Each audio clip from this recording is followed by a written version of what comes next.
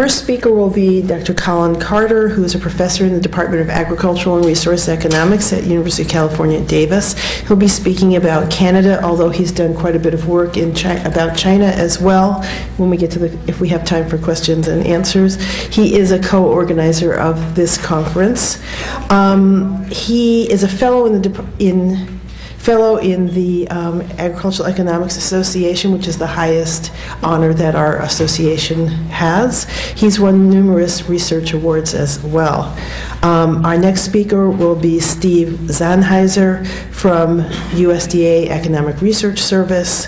He will be speaking about Mexico. He has a PhD from the University of Colorado in economics and a master's in Latin American studies from the University of Texas at Austin, which I guess is the real University of Texas. And we are happy to have him here speaking about Mexico. Dr. Roberta Cook will then speak about Mexico, specifically about fruits and vegetables. She is in the Department of Agricultural and Resource Economics at UC Davis as well. She's an active member in the Production Market Association. She's on many advisory committees and boards, particularly the Ag Trade Advisory Committee for Fruits and Vegetables of USDA. Finally, our final speaker will be David Roland Hulsbrom from Berkeley. Well, he has two different appointments. He's the Director of Rural Development at the Rural Development Research Consortium at UC Berkeley, but he's also the James Irvine Professor of Economics at Mills College in Oakland. He'll be talking about Doha and ag trade. Okay, good morning. Thank you, Karen. I will not talk about China. The plan is to talk about U.S.-Canada trade, and focus mostly on some recent trade disputes. This is something that happens when you lower trade barriers. Trade disputes tend to pop up.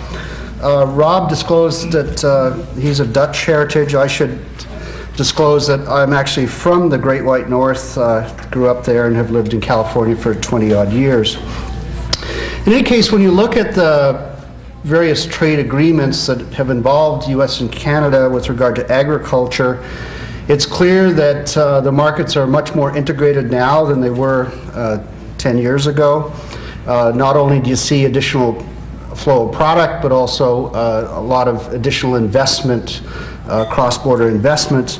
There's been growth in both inter and intra trade in agricultural commodities, including some surprising sectors. For example, Canada has been exporting more horticultural products to the U.S., this type of thing. There are some notable exceptions in some of the protected areas, such as dairy, poultry, and sugar. You don't see the expansion in trade in those products. But if we go back the last 10 years and measure the growth of trade, the growth of U.S. agricultural exports to Canada has been close to 6% a year, which is really high. Imports from Canada into the U.S. have actually grown faster, slightly more than 6%. To give you a reference, world agricultural trade over the same period has grown around 2.5% per year. So if we look at this trade between these two great countries, you'll see that in agriculture, the trade has grown about double the rate compared to world agricultural trade. So that's wonderful. However, it's not to say that there hasn't been some friction along the way. And what I'd like to do this morning is talk about some of these trade frictions. There have been some recent high-profile disputes involving cattle and beef, live swine, wheat, tomatoes, and corn. And I'll get around to talking about those in a few minutes. In terms of what we talked about earlier this morning, trade agreements, I just want to touch on a few points based on what Jason and Gary and others said. Because the purpose of the conference is what's the relevance to California agriculture. So California agriculture obviously has a big stake in U.S.-Canada trade because Canada is the second most important market for California agriculture after Europe. About 22% of California's ag exports are destined for Canada. So trade relations with Canada are really important. That's why I was shocked. About 10 days ago, I I on the web found an article in the Washington Post that said this reporter had stumbled across the fact that the U.S. government actually has a plan to invade Canada. And I thought, my God, my mother is right after all these years. And, you know, the reporter pointed out that according to this plan, we're finally going to bring those lumberjacks and those Mounties to their knees. And I was really interested in this, obviously, but fortunately for California agriculture, the plan was drawn up in 1930 and was declassified in 1974. So they pointed out that even Canadian spies can now go to Washington and photocopy this plan for about 15 cents. So, California agriculture needs Canada and vice versa. Gary mentioned the difference in Florida, and that's really interesting because if you look at Florida's agriculture, it's actually quite similar to California's. But if you go to Florida and give a talk, especially to farmers, they're very protectionist. You know, for example, sugar or orange juice. And so when you think about what this means for California, actually California, as I mentioned in my paper, has more in common with the CANS group or the G20 that was mentioned earlier today, the so-called free traders, than it does with our sister farmers in Florida. And some of the things that Florida does have a negative impact on California. For example, just this week, there were hearings in Washington dealing with yet another anti-dumping suit being brought against Brazil in frozen concentrated orange juice. Florida growers already have a huge tariff on orange juice, about 30 cents a gallon. They want an additional 30-cent a gallon tariff. And that's great for those individuals, but it harms California. I mean, the fact that Brazil is being hit by yet another possible anti-dumping tariff, as Gary pointed out, Brazil is going to lose enthusiasm very quickly for the FTAA or any other such agreement. So turning back to U.S.-Canada for a second again, there's an election going on up in Canada. Recently, the U.S. ambassador to Canada chastised all Canadians for criticizing the neighbors to the south. But this tension definitely extends into agriculture. Canadian farmers are unhappy right now, and it's, as I show in the paper, this is captured by the simple fact if you look at farm cash receipts over the last 5 years. In the U.S., these have grown about 20%. So farmers in the U.S. are realizing higher receipts. If you look at the Canadian numbers, they've been flat. So, of course, the Canadian farmers blame the Americans for the fact that they're losing ground. And they complain about U.S. farm policy and other such issues. There are other factors in the background. As I mentioned in the paper, it's notable that the Canadian dollar has strengthened dramatically in the last 5 years, about 30%. The BSE crisis, we could talk about that. That had a huge impact on Canadian farm cash receipts. It was mentioned earlier today. In fact, I think for the U.S., the whole BSE issue was a bit of a wash for the industry because the border between U.S. and Canada was closed. Yes, we lost Japan, but we also stopped imports coming down from Canada. And my mother always reminds me that that mad cow they found in Alberta was actually an American farmer that moved up there.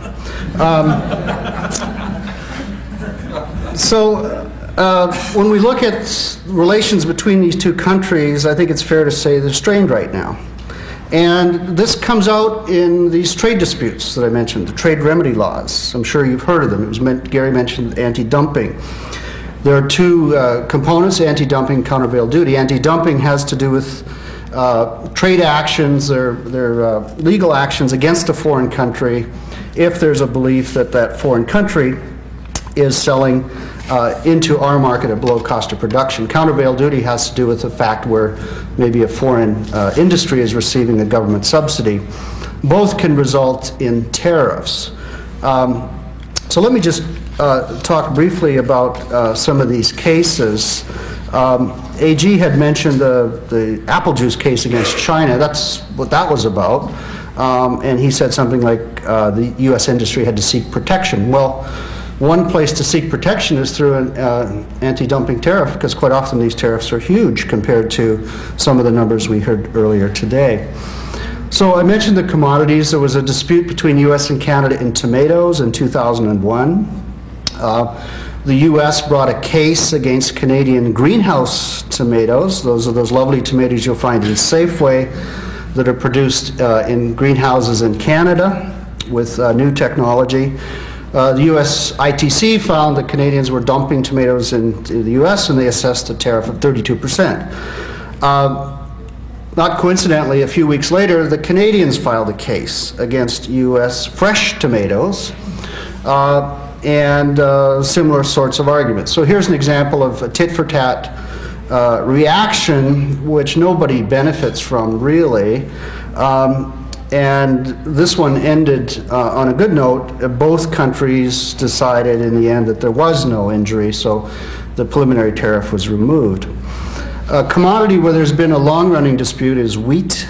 The U.S. industry, especially up in North Dakota, does not like the Canadian Wheat Board, which is a type of government-state trader.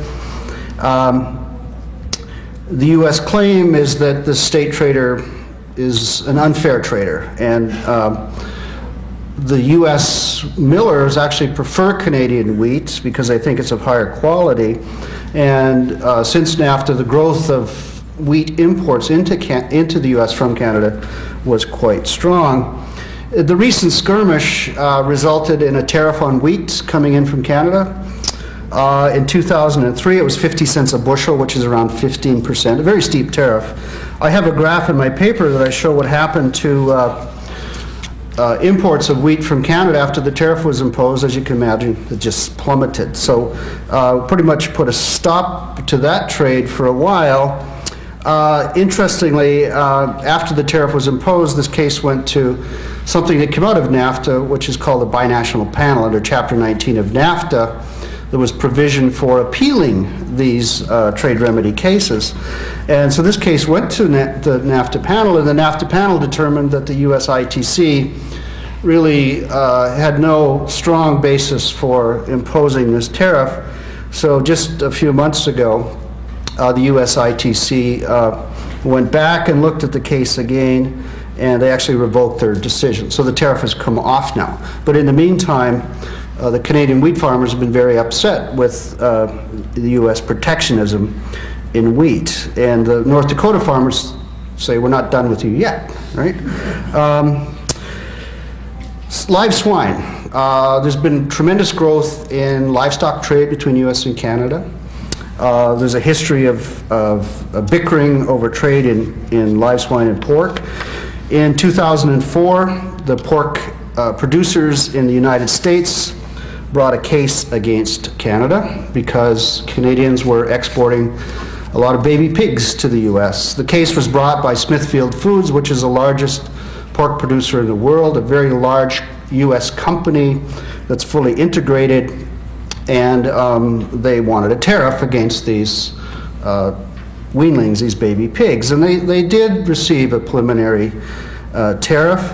The Canadians argued that, well, the reason we're shipping more baby pigs down is the fact that we're more productive. On an annual basis, for every sow in Canada, they get about 4 additional baby pigs, and it just takes one to pay the freight for the whole group of them. So you've seen a lot of productivity growth in Canada, and that's what free trade is supposed to be about.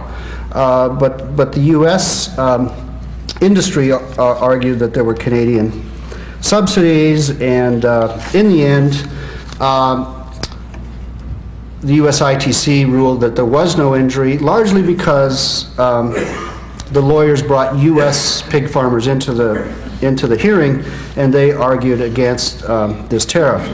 And that's one point that I make in my paper, is that these cases not only pit the US against Canada, but they also pit Americans against Americans and Canadians against Canadians. The most current case is in corn. The Canadians have brought a case against the U.S. corn farmers, alleging that U.S. farm programs that Jason was talking about and other factors lead to dumping corn into Canada.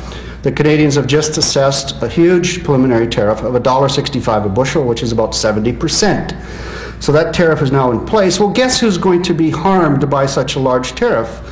It's the Canadian livestock industry. There was a case in 2001 along similar lines, and the U.S. didn't even show up for the hearing because for the U.S. corn industry, Canada is a relatively small market. But these cases also result in some very strange distortions. One of the provisions under the anti-dumping law is what they call a drawback on the duty, so that the tariff is now 70% in Canada for corn imports. It's quite possible that this could lead to additional imports of corn into Canada. That sounds bizarre, but if you think about it for a second, if you're a large pork producer in Canada, you have the option of buying domestic corn, feeding your pigs and trying to ship the pork to the U.S., but the domestic price of corn is 70% above the world price, right? Alternatively, you can import corn from the U.S., feed your animals, ship the pork down, and you get a rebate on the corn tariff because you've exported the final product. So you'll see this in the case of ethanol as well, because there's no tariff on the final product, only a tariff on the raw commodity. So the bottom line is these trade actions are quite common. In fact, there have been a lot of cases in agriculture recently, a number of cases dealing with U.S. and Canadian trade. Quite often they don't provide the protection that the domestic industry is hoping for, but they do create tremendous disruptions in the market. So when it comes to assessing these in the context of trade agreements, I guess it's fair to say that the use of these laws really conflicts with trade agreements. But it's very doubtful, nobody asked Jason this, it's very doubtful that the Doha will do anything about trade remedy law. And so I'm sure we'll see more and more of these cases. Probably the next case will be in pork, brought by the U.S. industry against Canada. They lost the case in live swine, so now let's bring one in pork. And that gets back to the problems with the Mounties and the lumberjacks up there shipping pork down. Okay, thank you.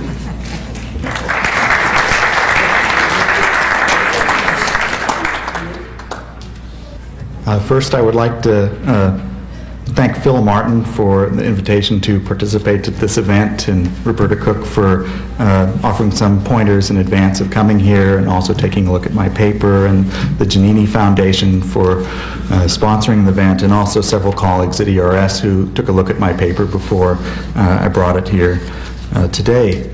I brought a handout that was based on a PowerPoint presentation. So as I go through my presentation, I will be going through the handout, and I'd like to point out some of the graphics are there and use that as a facilitator for my presentation. It really seems surprising that 12 years have gone by with respect to NAFTA. When I think about 15 or 20 years ago, when I first really started studying Mexico as a graduate student, it really was, for me, the center of what was going on in the world. And if you look back over the last 10 or 15 years, you think about developments that have gone on in agriculture with respect to genetically modified organisms, China's joining the WTO,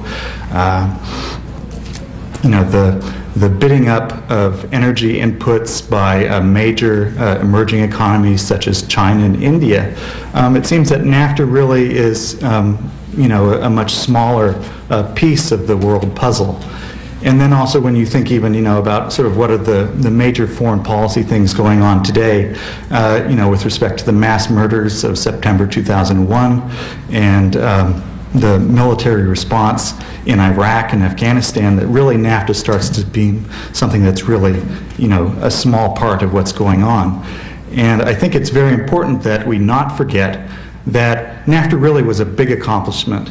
When you think about all the trade barriers that were swept away over the past 12 years and the remaining ones that are going to be removed, not just in agriculture, but across the board, that was really a major accomplishment, and we should not forget that. Think about the trade relationship and a lot of my talk will focus, for better or for worse, on trade, that our business relationship with Mexico is a major one. It's not one that's measured in tens or hundreds of millions of dollars. In agriculture trade, it's measured in billions of dollars.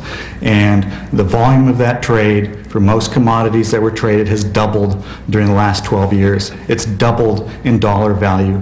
It's very important, and it's big business. There are things that have, changed dramatically during the last 12 years. There are things that have stayed mostly the same.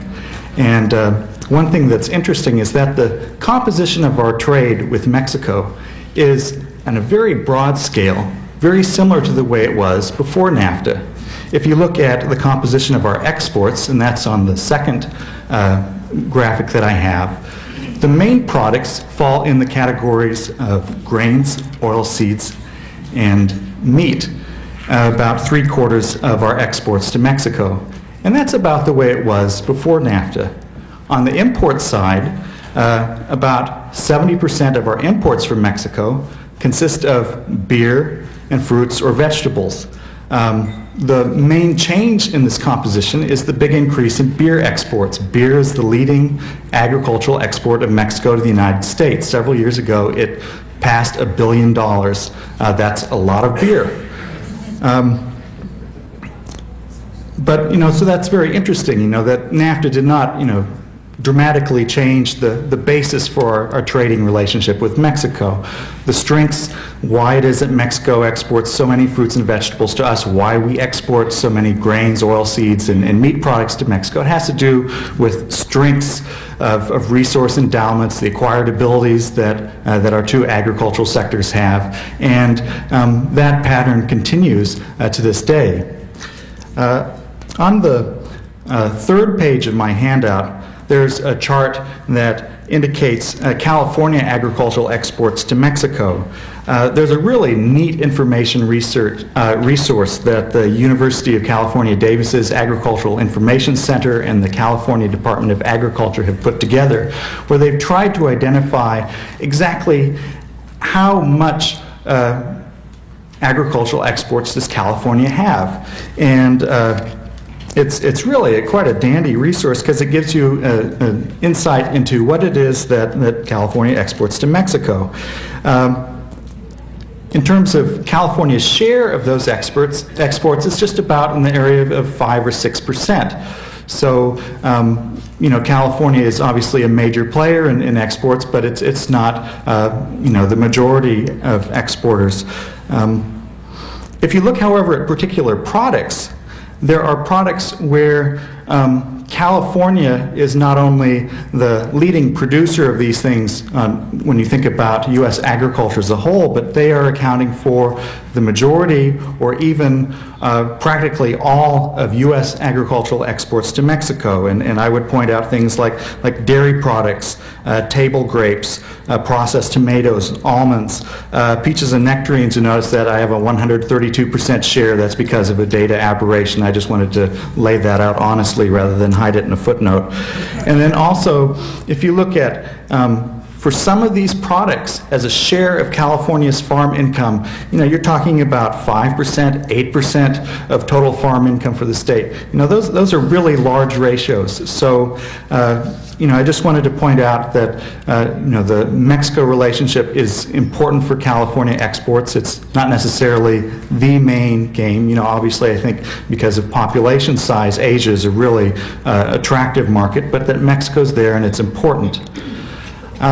Next, I'd like to talk about some of the commodity-specific stories that I have. If you turn to page 4, you'll see a graph that shows how U.S. feedstuff exports to Mexico have increased over the last decade and a half, and how Mexican pork and poultry production has increased. And you'll see that they rise together. And the reason for that is that the Mexican pork and poultry industries are very dependent on U.S. feedstuffs. In the poultry industry, for instance, half of their feedstuff consumption is supplied by the United States. So if you cut off that trade, then those producers have to find an alternative source for this important input. It's facilitated some increase in Mexican meat consumption also on the per capita level. Statistics that the USDA's Foreign Agricultural Service has suggests that per capita broiler consumption, basically chicken consumption, has increased about 67% during the NAFTA period, and that pork consumption has increased 49%. So you have very interesting development where, because of the trade relationship, there is some increase at a very basic level for meat consumption by Mexicans. If you go to the second table on page 4 of the handout, you'll see a chart that describes U.S. corn exports to Mexico. And one of the interesting things here is that these exports still consist primarily of yellow corn. You look going from the top of the bars, or the bottom of the bars going up, you'll see that yellow and mixed corn still occupies the lion's share of this trade.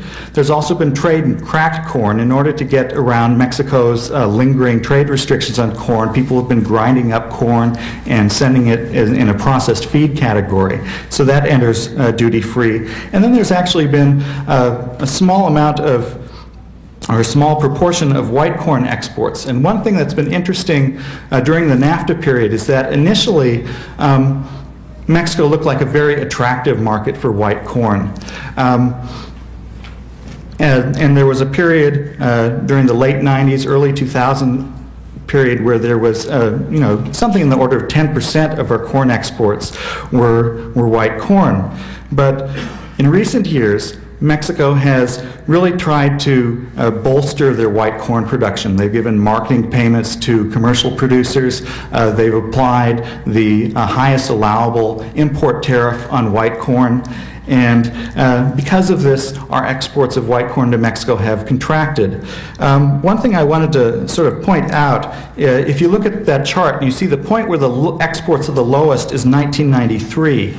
Now, a lot of NAFTA critics like to focus in on this year when corn exports were unusually low and then say that that's the reason why that corn exports have increased by 20-fold. If you use a longer range time period, say compare corn exports now to what they were during the decade before NAFTA, you'd see an increase of about 3-fold. And so this is a really important thing. I do have in another ERS publication, U.S.-Mexico corn trade during the NAFTA era, new twists to an old story that presents this entire series.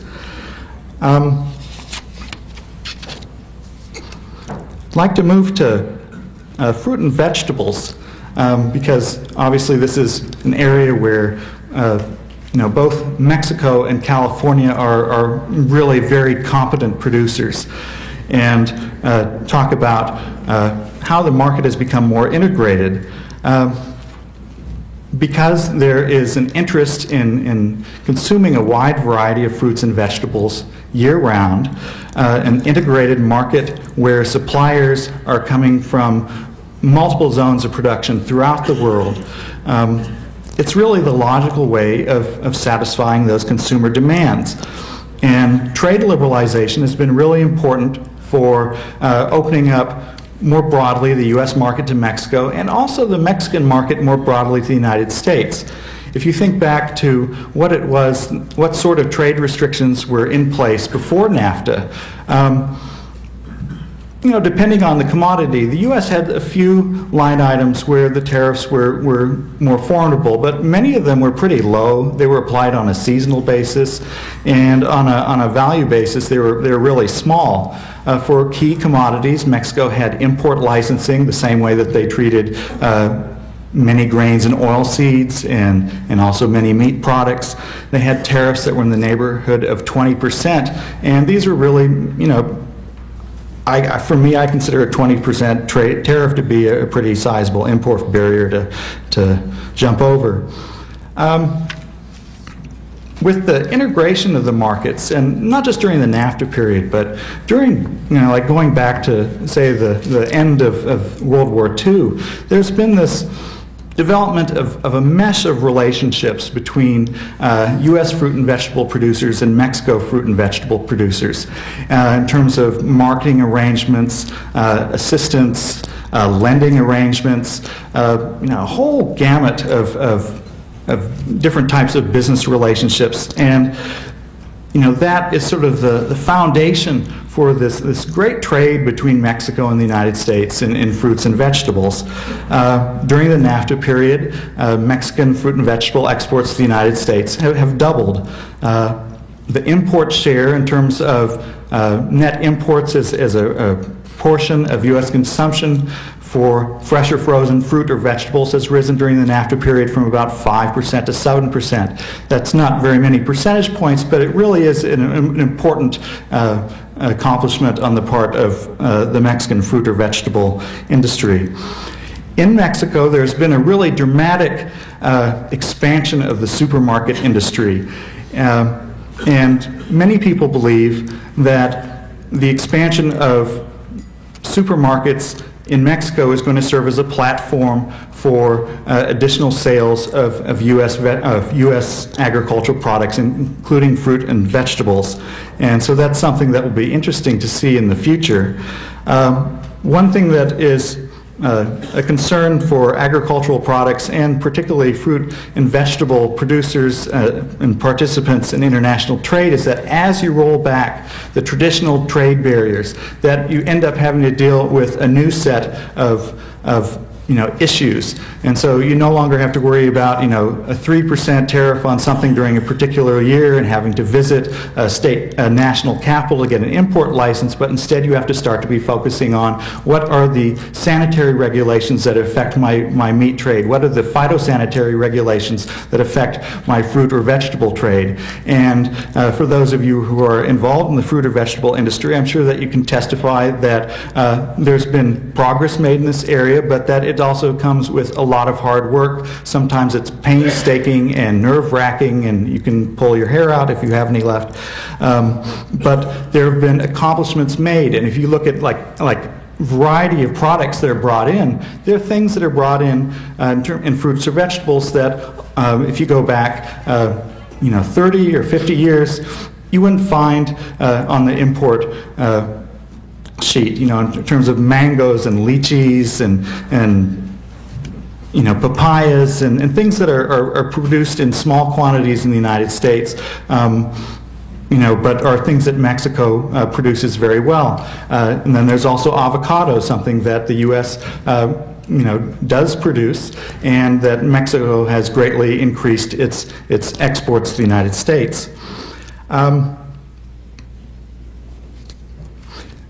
Guess what I'd like to conclude with is, so what's next? We're really close to the end of NAFTA's implementation period. On January 1st, 2008, to the best of my knowledge, that's the end of any sort of tariff or quota restrictions on U.S.-Mexico agricultural trade. I think going through the entire NAFTA text, I saw something having to do with used cars in Canada that goes a little longer, but that really is the end of the road, and that's a great accomplishment that we've ridden through this process for so long, and we're almost at the end of implementing this agreement. So that's great. So what then comes next? What is it that can be done to further the integration of the North American economy with respect to agriculture and secure additional benefits for people? And one thing that's really neat about Gary Huffbauer's book is that there are a lot of ideas in there. I really encourage looking at just to start jogging the mind of what could be done. But in terms of trade liberalization, the United States, Canada, and Mexico have been very busy trying to get free trade agreements, seeking negotiations at the WTO round, and some of those efforts are really ambitious. The second area where there could be additional things done is in the area of anti-dumping and countervailing duties. And my personal observation is that in AD and CVD activities, there's a lot of punch and Judy activities where people are just poking each other in the eye and frittering away lots of money on legal expenses, and then in the long run, it's not productive for anyone. And so there are all sorts of ideas about how you could could help this. And then finally, in regulatory coordination, there's been an effort on the part of all the NAFTA governments to work more closely together on regulatory issues, and those are paying off. Thank you very much. Because of the limitations of time, I'm going to focus more on the import side into the United States, and I'll focus more on products coming in from Mexico. But I want to introduce a caveat at the outset, which is that when you're dealing with the fresh fruit and vegetable sector, you're talking about a very heterogeneous sector with around 300 products that are grown and marketed within North America. And so you always have to be careful about generalizing. And what I have found in terms of working with this industry over the years is that each commodity does have its own individual story to tell. And a lot of that is related to basic physical attributes of products, where they can be grown, in what seasons they can be grown. And remember, we're dealing with perishable commodities. And you can have imports of these commodities without directly displacing U.S. producers because of the fact that many of them cannot be grown on a year-round basis in the United States. A complicated sector, and I'll be talking in general terms. Now, to that point, I just wanted to mention that when we look at fresh produce imports into the United States from Mexico, I think people often don't distinguish the difference between fruits versus vegetables. And in reality, when we're talking about trade with Mexico, it is dominated by trade in the fresh vegetable industry. Mexico traditionally, year after year, contributes about 2/3 of the value of U.S. fresh vegetable imports. And while exports of fruit to the United States from Mexico have been growing, they are much less important in relative terms compared to our total U.S. fresh fruit imports. And that is because of the fact that Mexico is not an important exporter of bananas, and bananas are a product that dominate world fruit trade. What Mexico has been able to do, and this is to the point of one of the speakers earlier, is to diversify its exports in the fruit and vegetable arena, and it has developed a much broader export industry for tropical and subtropical fruits into the United States in response to consumer demand here, and it's something that's not directly competing with U.S. production or displacing production. There's a couple of exceptions to that, and that would be early season table grapes, and I want to point out there that NAFTA provided no new advantage to Mexico in terms of table grape access. Exports from Mexico have grown significantly since NAFTA, but they were already duty-free during the season that Mexico exports prior to NAFTA. Mexico happens to have a region in Sonora when they can produce in the early season in the spring when we have very limited production in California. And so it doesn't compete with the bulk of the U.S. Or the California table grape industry. And indeed, Mexico has been evolving as an export market for California table grapes. The big exception is avocados. Avocados represent a product that can be grown in one location year-round, and that is the state of Michoacan, Mexico. Mexico is the largest producer and producer and consumer of avocados in the world, and while most of the production goes to the domestic market, it is clearly expanding its exports. The big barrier into the United States, of course, was a phytosanitary concern, and the phytosanitary barriers have gradually been brought down. So by 2007, Mexico will have access to all 50 U.S. states year-round for avocados. All right, now moving on, there's something that I want to say just as a given, and I'm sure everyone recognizes this, but I want to have it out there on the table because it sets the tone for my remarks. And that is that trade policy is only one of many factors which influences trade flows. And that really is something that's very clear when you analyze what's been happening in the fresh produce industry.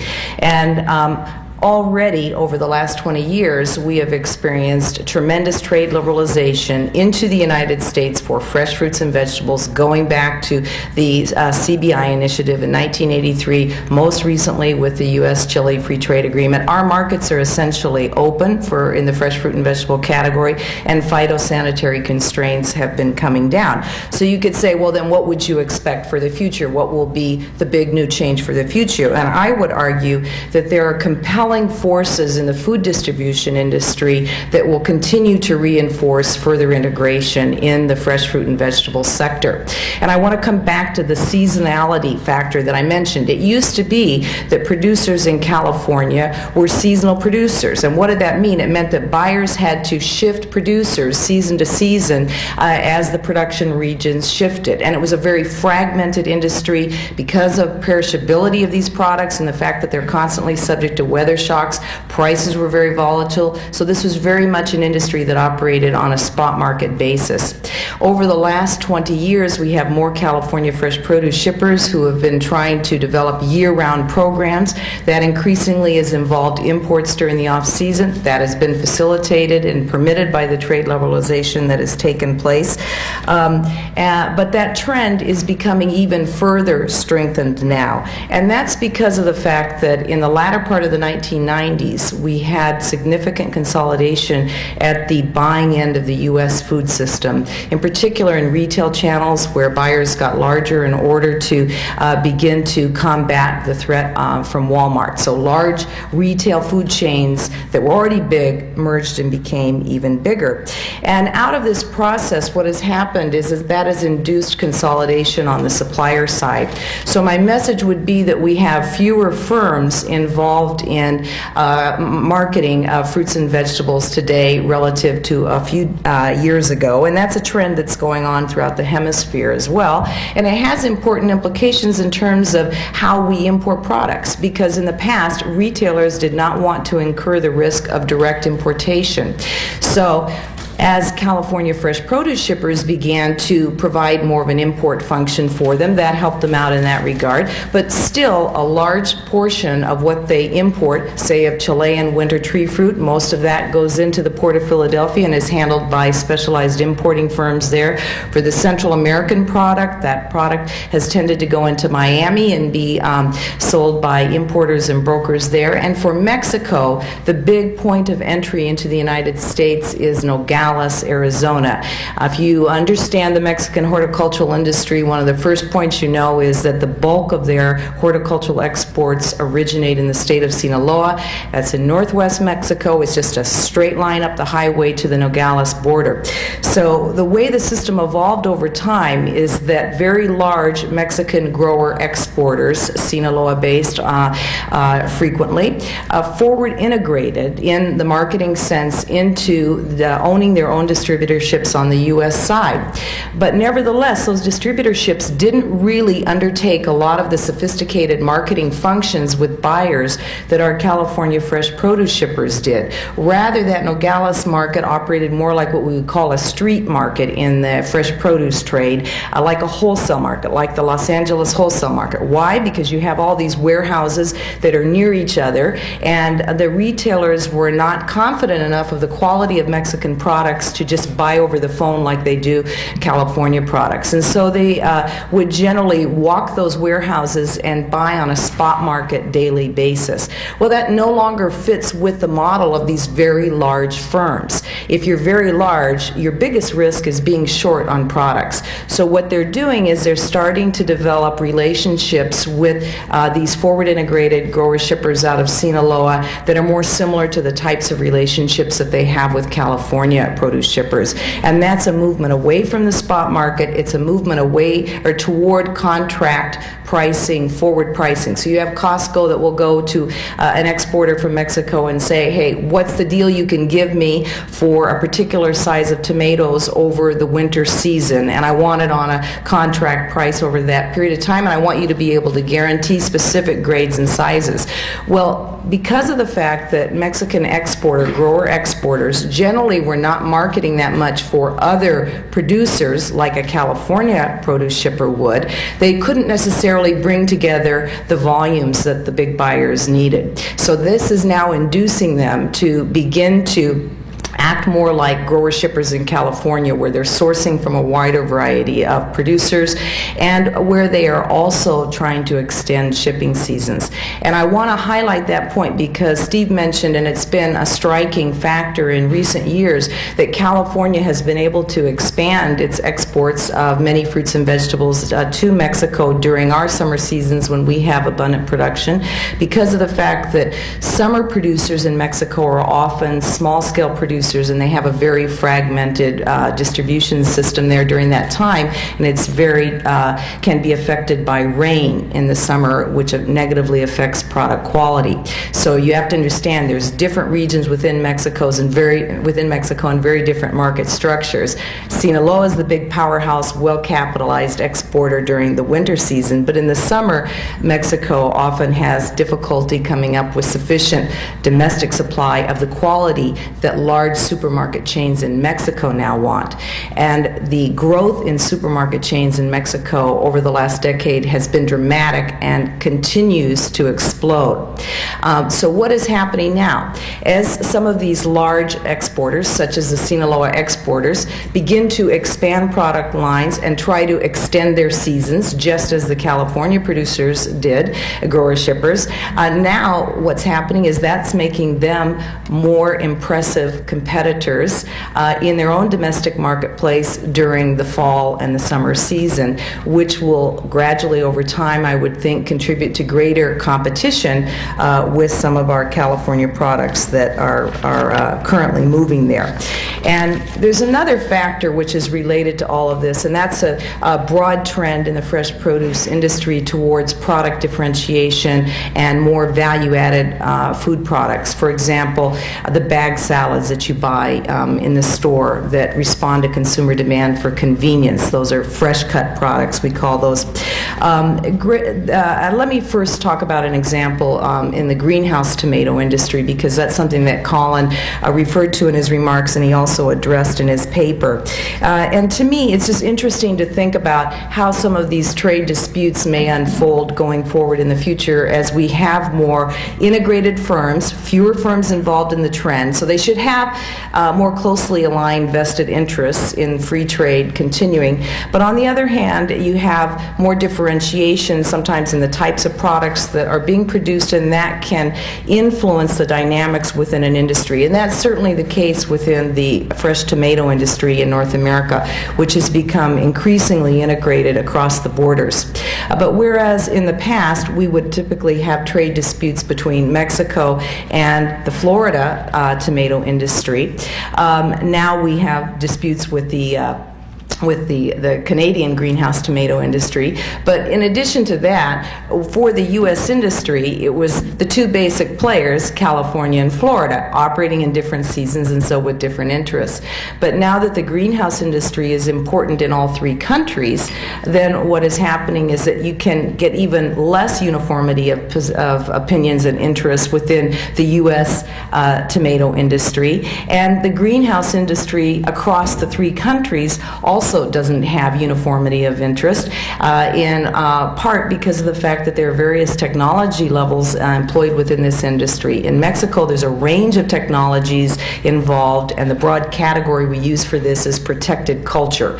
So without getting into too much detail, I just want to highlight the point that there are different interests based on the level of investment that you have in the technology package that you're using. So in Canada and the United States, where everyone uniformly is using a high-tech production package, they have an incentive to try to define greenhouse tomato production to be something that has to meet all of those standards, whereas many producers in Mexico have a different interest. And their interests vary within Mexico depending on whether you're a high-tech producer or not.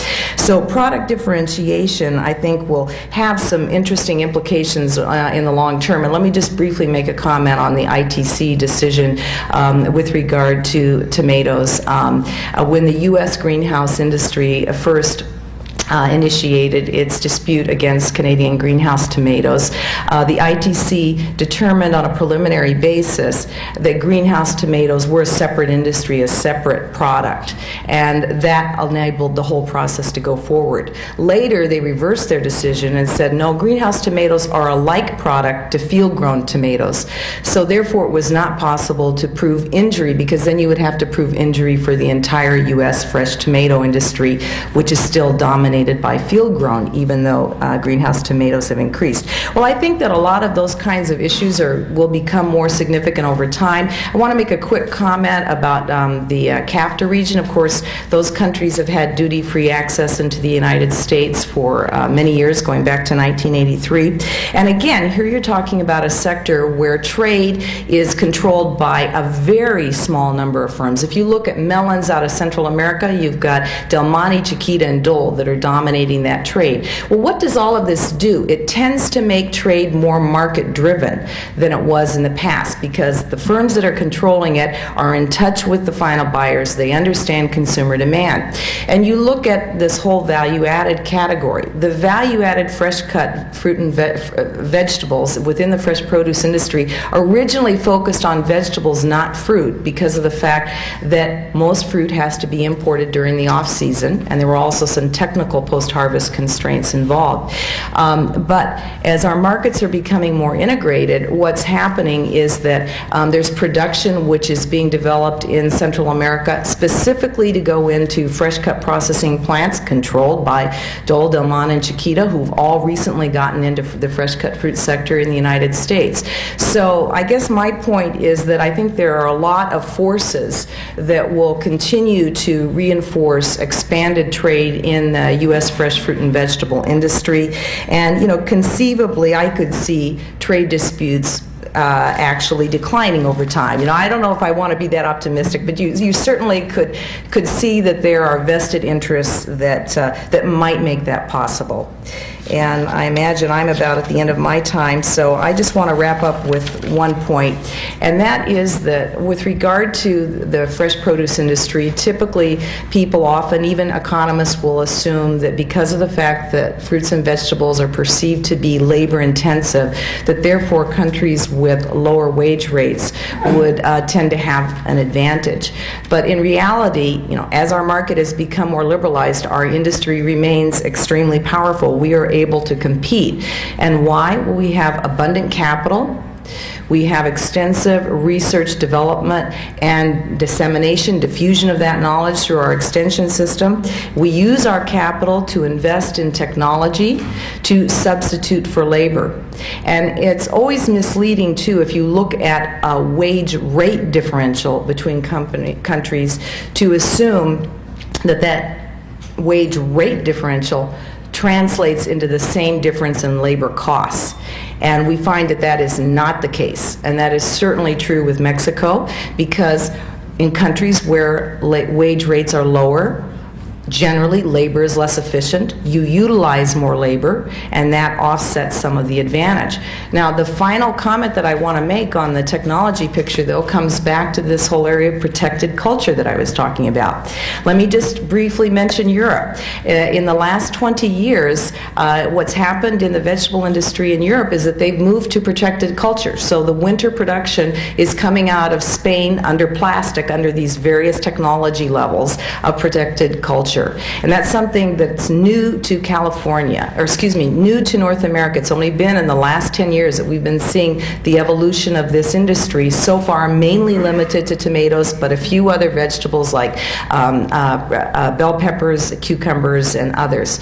So the question is, Mexico has a variety of climates. Mexico has a variety of altitudes, and it can extend shipments into the summer when it's never been competitive with us through the use of protected culture. And this is what has begun to happen, and we already saw the impacts this year in the California tomato industry. Mexico is our second most important export market for California fresh tomatoes. And this year already our exports were impacted by the expanded supply during the summer season of high-quality greenhouse tomatoes in Mexico that were not available in the past. So this technology advantage that we've had, we can't rest on our laurels about. And sometimes I see more innovation in growers taking place in other countries than I do in the United States. And that's only in very specific instances. But I think that the point is we can't take anything for granted. Thank you.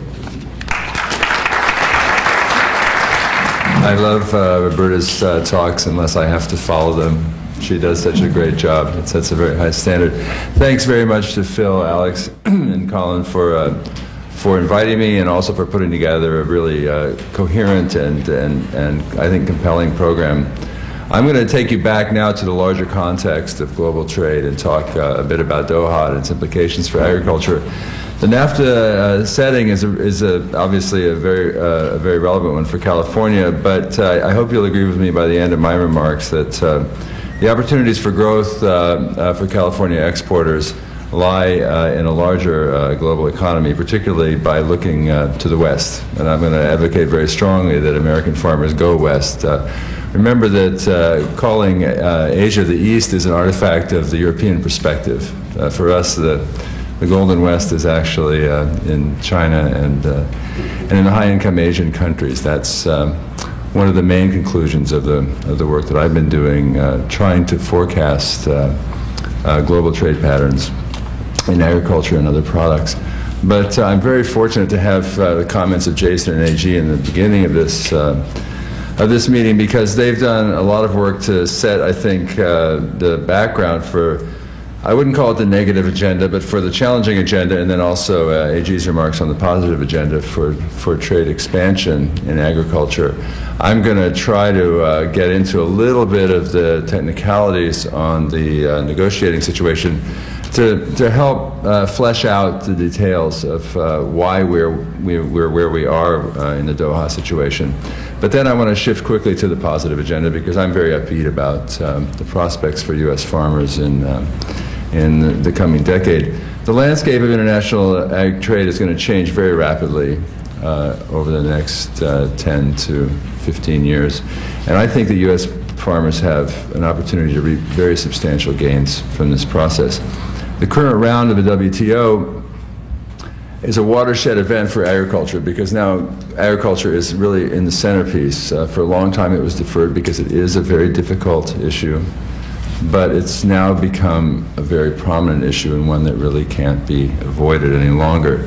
So for the first time in history, significant agricultural protection is on the negotiating table, including over $300 billion in direct and indirect farm support for OECD countries. If progress is made in Doha on what I would consider, and I think Jason would consider, to be an equitable basis, the competitive advantage will be conferred towards American farmers. And I think that U.S. agriculture stands to gain from progress in Doha, as long as that progress is relatively even. The reasons for that are three. Firstly, U.S. levels of farm and food protection are lower than those of their major trading partners. And the evidence there, I get that from U.S. sources primarily, but I find it convincing, notwithstanding other comments today. I'm talking about Europe, Japan, and Korea. And this is particularly true for California, because as many California producers know, they haven't benefited from the majority of the attentions of supporting interest in Washington. And so California producers are to some extent lean and competitive in ways that many of their colleagues in the Midwest are not. So that would actually translate into a greater competitive advantage as the barriers come down. Secondly, the way that we support agriculture in the U.S. is less trade distorting, and that makes us less vulnerable to the kinds of concessions that are being demanded in the Doha agenda. This will further tilt competitive advantage in our favor. And finally, on the positive side, on the pull side of the story, there are potentially huge emerging markets in Asia, and I'm going to spend a significant amount of time talking about those, a significant amount of my very limited time. And I'm going to begin by laying out the so-called three pillars of agricultural protection, just so we can better understand how the protection, support, and trade issues all interact. The three pillars of ag protection are direct farm subsidies, Number two, market support for in the form of import protection. Essentially market support by providing defenses against foreign substitutes for domestic agriculture and food products. And third, export subsidies. Now, the first measure is not considered to be directly trade distorting, although of course it does reduce cost and improve competitiveness for farmers.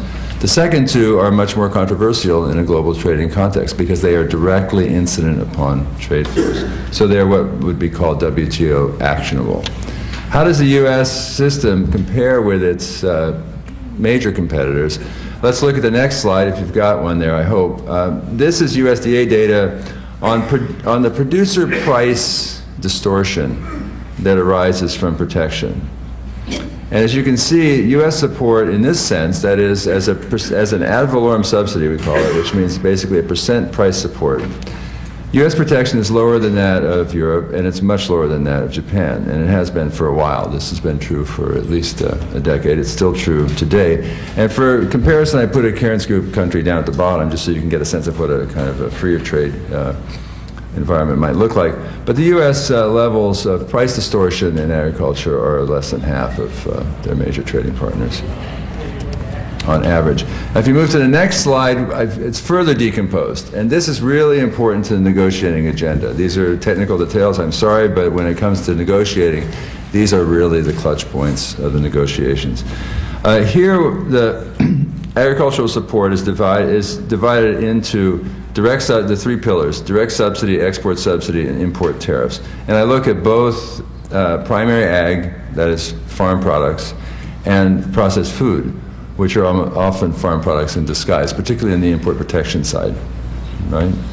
Let's look at the direct subsidies. The U.S. is comparable in terms of direct subsidies to Europe. Let's be honest about it. We're kind to our farmers. We want to keep them in business, and we spend a lot of tax dollars to do that. But when you move to the trade-oriented measures, the U.S. basically drops off the radar screen.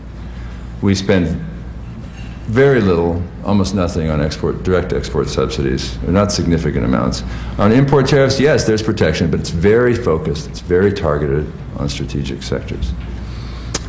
When you look at processed food, the U.S. again, the import tariffs begin to emerge. We do see more import tariffs in food processing, but they're just nothing compared to the European context, and especially to the Asian context. I mean, the Korean import protection is literally off the charts. And of course, we're talking about prohibitive tariffs on finished consumer goods there, rice and other commodities.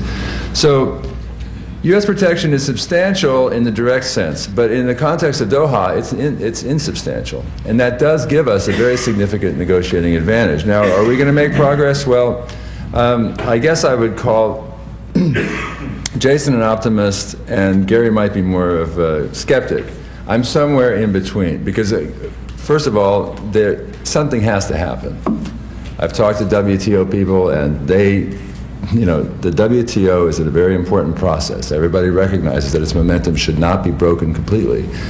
But at the same time, the barriers, the political and economic barriers in agriculture are very substantial. They're the obvious political ones. The French government is politically extremely vulnerable if it makes concessions. And secondly, there's this elephant in the room that Gary pointed out, which I'm surprised there hasn't been more debate about, but he put his finger right on it. Most of the ag subsidies in the United States have already been capitalized into land values. And so that means they've been collateralized into the banking system and beyond to Wall Street. So this is a very important financial asset question. And it'd be very difficult to resolve that quickly. So phasing will be, I think, an inevitable characteristic of this process, very careful phasing. But that is the elephant in the room. This question of assets and wealth, capitalized into the land values, it's an enormous issue in the high-income countries particularly. So I hope for progress. And I think progress will occur, but it may be more gradual than was originally envisioned in Doha. As it happens, I'm more optimistic. What's at stake in the next diagram? Sorry, I'm just getting over not the avian, but the normal flu. I've been to Vietnam recently, so when I sneeze, my family gets a little nervous.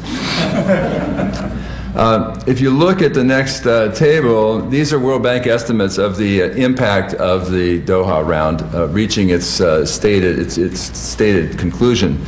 The only figure that I want to draw your attention to is in the bottom row, the first numerical figure in parentheses.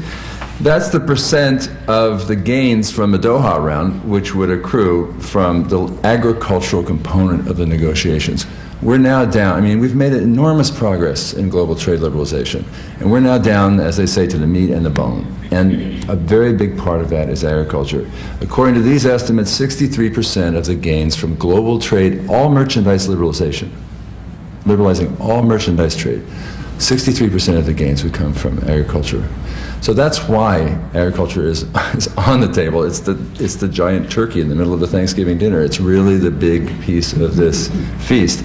But it's also a very tough bird. So it's going to simmer for a long time, I think. But this is the reason that we're where we are. What's at stake is very substantial in agriculture. What could happen? Look at the next slide. These are similar estimates done by the same group, the Global Prospects Group at the World Bank. And their estimates for world exports of agricultural products indicate some very substantial increases in global ag trade if Doha were concluded. 200% increase in global rice trade. These are exports as a percent of total world output. 233% sugar, 100% in meats, other grains, 66%. Dairy products, 83% growth in trade, global trade.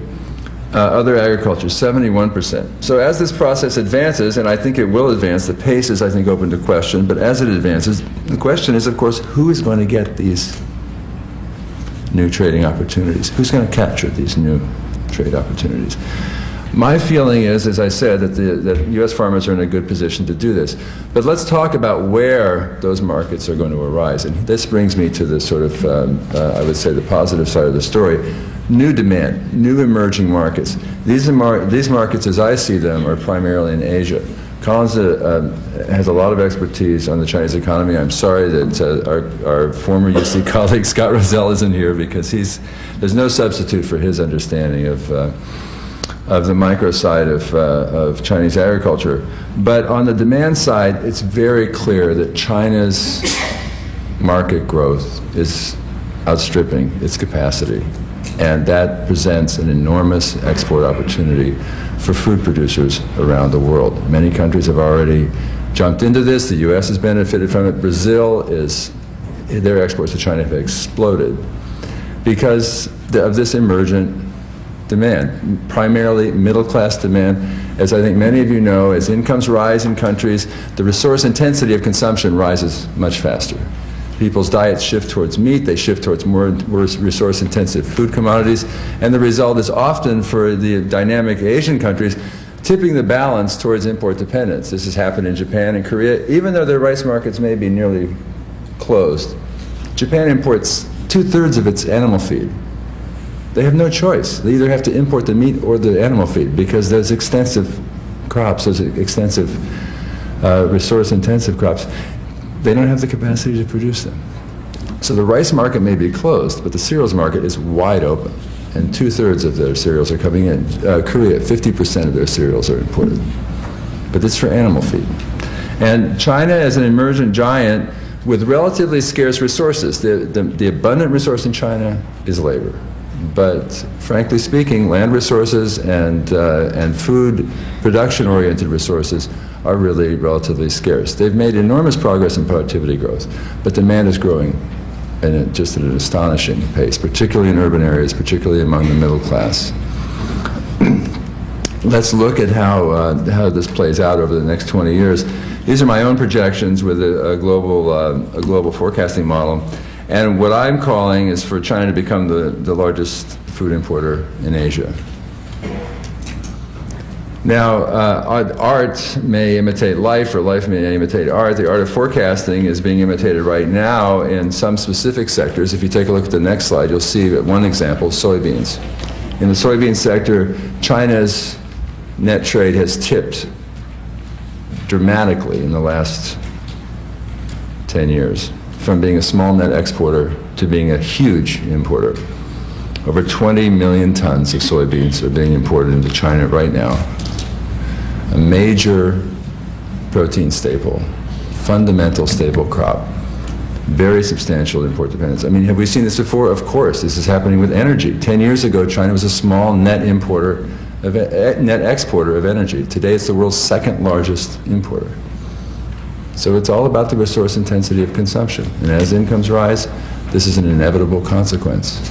So what you've seen in energy, what we've seen in soybeans, I think we're going to see in other sectors. Nobody likes to talk about import dependence. I mean, the Chinese never discussed the question of importing energy until it became so obvious that it was inescapable.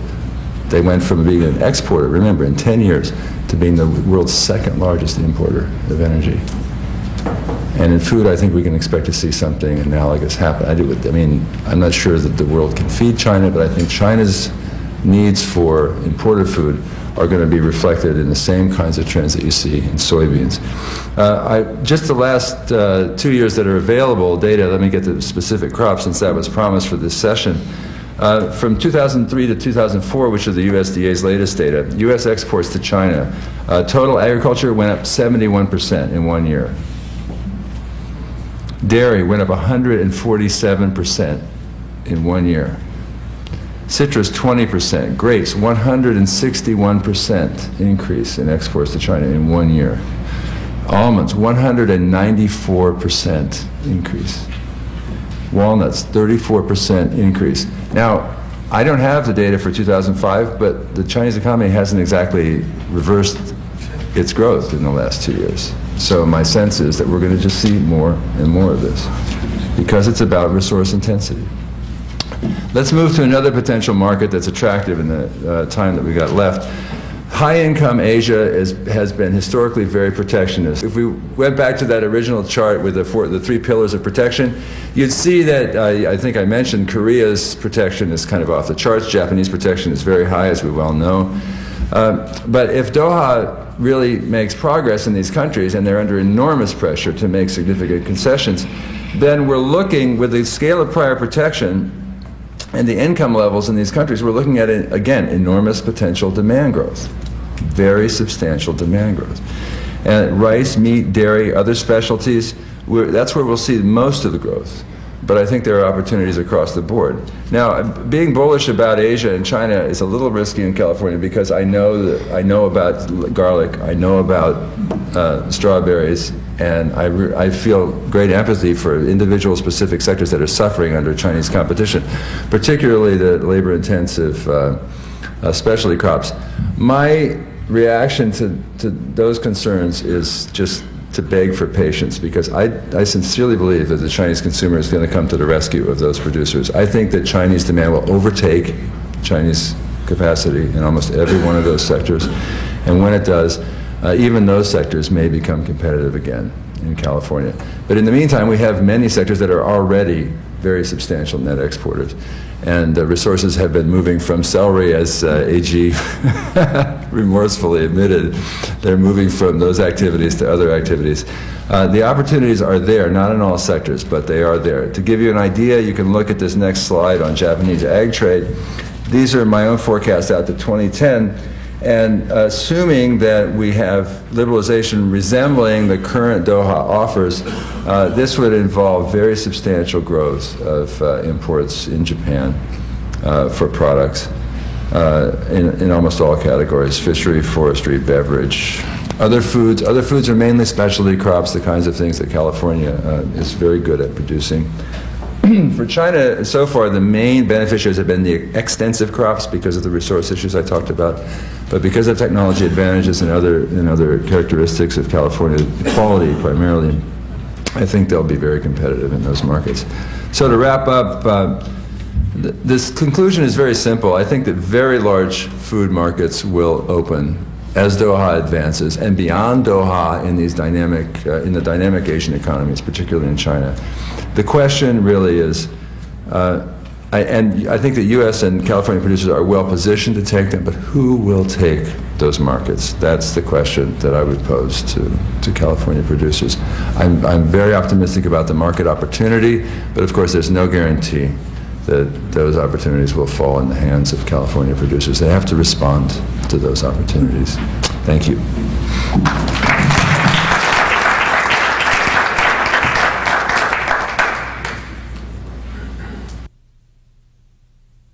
Keep in mind that the population in the Central American region is still very small. Now, with regard to Mexico, and this is where you have the big market potential because you're dealing with over 100 million consumers. And as I mentioned in my remarks, we have been expanding exports to Mexico, and we will continue to do so, I think. But the caveat that I want out on the table is that Mexico is responding. Their domestic industry is responding now, and it is becoming more competitive precisely because of the fact that they have seen what's going on in terms of advantages that U.S. chains have been able to develop, or U.S. exporters have been able to develop with the large Mexican chains. Until recently, most of the Mexican food retail chains were not importing directly, but they are now changing that. And what you could envision happening is some of the Mexican large grower shippers starting to import from California during the off-season to assure the chains in Mexico of year-round supply, just as what our California fresh produce shippers do for U.S. retailers. So we will continue to see integration, but we can't take those markets for granted either. And then the bottom line comment would be expanded demand in Mexico will very much depend on what happens to income levels and economic growth there. Go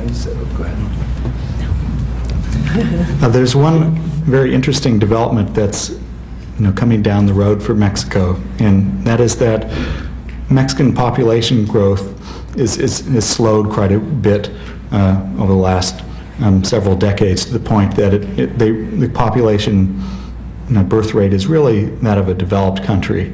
And that means that in the coming 20-25 years that there's going to be a period of time where the number of dependents per worker in Mexico is going to decline, and so people are going to have greater disposable income. And I think that will be one sort of long-term development that will be very helpful for U.S. exports to Mexico. About 2050, you have they'll start to increase because of longer life expectancy, and you'll have people feeling sandwiched. But for at least 20 or 30 years, that's one very positive long-term thing that's going to help exports. Let me just add one small thing, because Roberta reminded me of it. It's basically in response to the question of Doha progress. It's important for all of us to remember that there is a shadow WTO, and that shadow WTO is commercial multilateralism. It's multilateral corporate activity around the world. And in the context of agriculture, there's a very specific example of that, which is the supermarket system. Walmart is like the WTO. These supply chains, these global food supply chains, are trying to facilitate market integration. They're developing supply chains, decomposing them around the world, and by their own cost-effective standards are trying to minimize barriers to trade everywhere. And they're becoming a very potent force. Let me ask you, why do you think China has most favored nation status from the get-go? The answer is very simple. Half of the exports from China to the United States come from wholly owned subsidiaries of American corporations. They're Chinese products in origin only. They're products of American companies. And so the market access to the United States is a given. And this is basically because of private agency. So remember that in the background, and this is another reason the precedence of the WTO is very important to maintain, because commercial interests are inexorably pushing that process forward.